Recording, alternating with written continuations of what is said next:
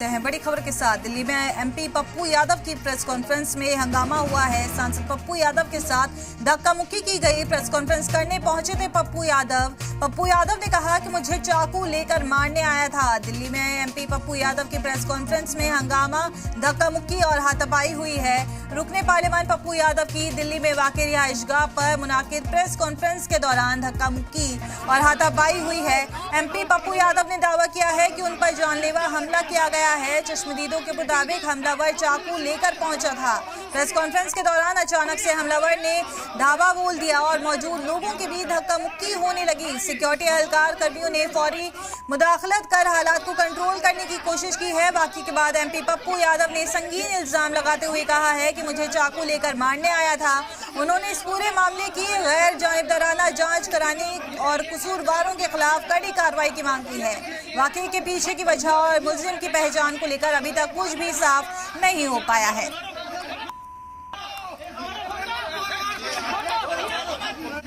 तो दिल्ली से बड़ी खबर आपको एमपी पप्पू यादव को लेकर बता रहे हैं, जहां पप्पू यादव प्रेस कॉन्फ्रेंस कर रहे थे जिसमें यह हंगामा पेश आया है।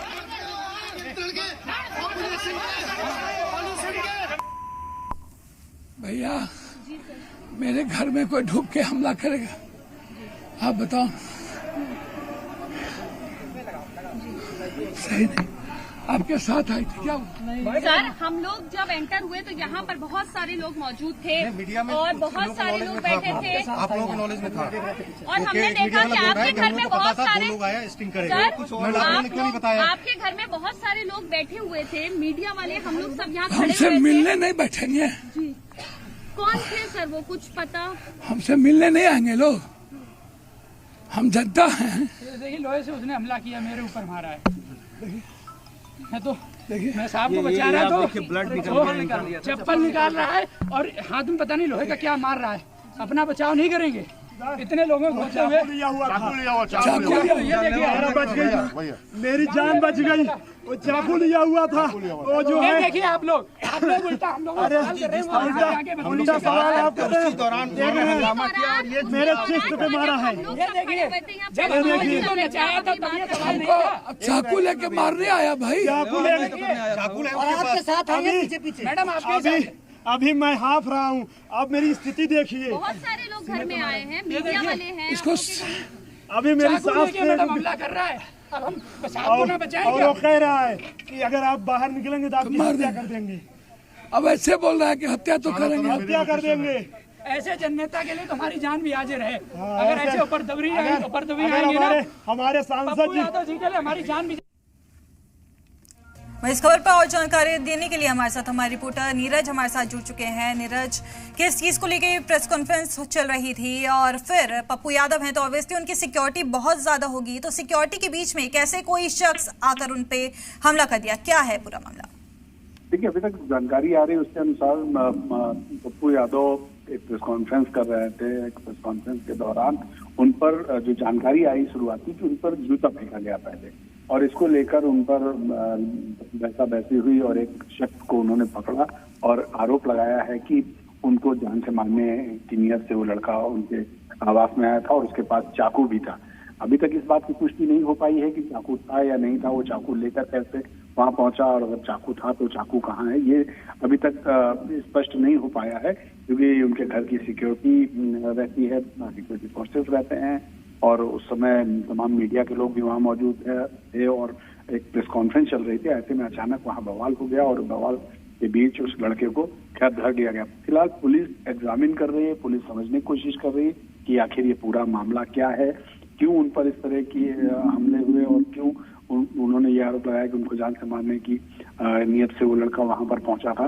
तो अभी इस पूरे मसले पर थोड़ी देर में पुलिस का आधिकारिक बयान सामने आएगा, लेकिन इसमें कोई शक नहीं है कि पप्पू यादव ने 2 दिन पहले जिस तरह से पार्लियामेंट में प्रदर्शन किया, तो उसके बाद से उनको जो सोशल मीडिया पर बहुत सारी धमकियां मिल रही कि सोशल मीडिया पर बहुत सारी इस बात पे आपत्ति थी तमाम लोगों को कि उन्होंने जो साधु का वेश धारण करके पार्लियामेंट के अंदर प्रदर्शन किया वो ठीक नहीं था।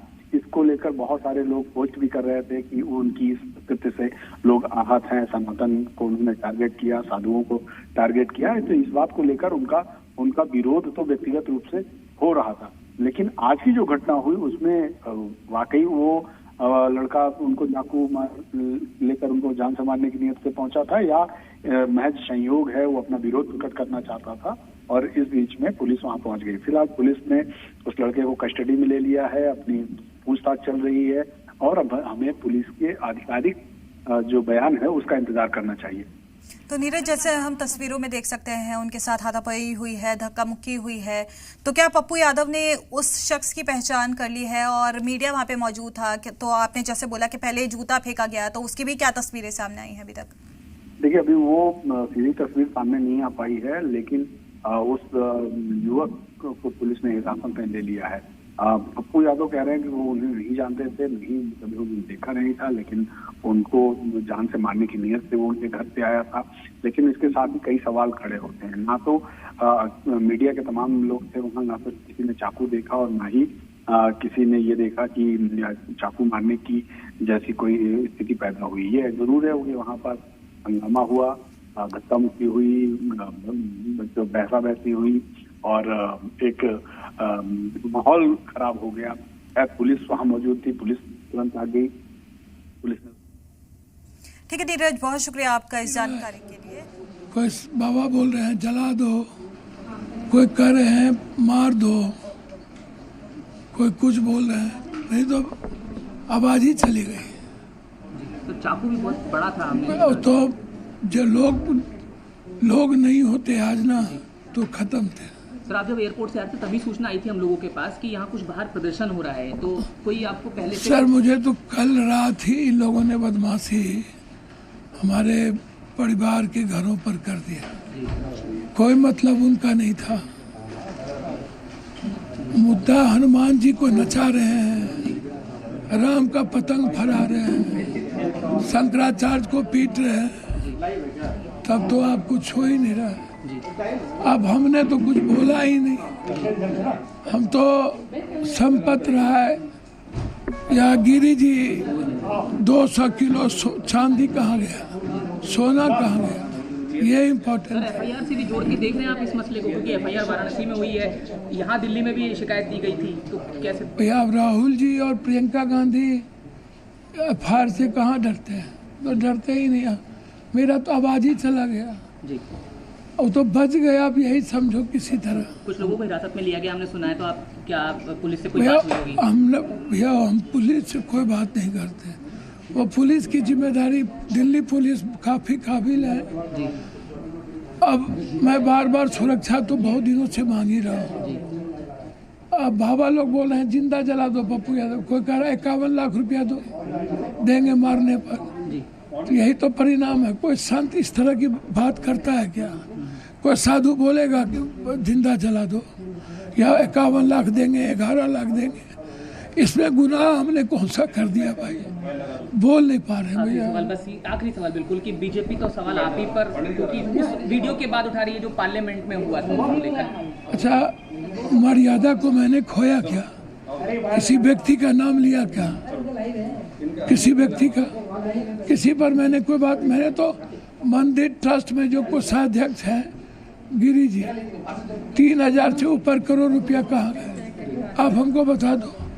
और उसके बाद हमको आप ये बता दो कि 200 किलो सोना चांदी तो सिर्फ सिद्धि परिवार ने दिया। यही ना मुद्दा है।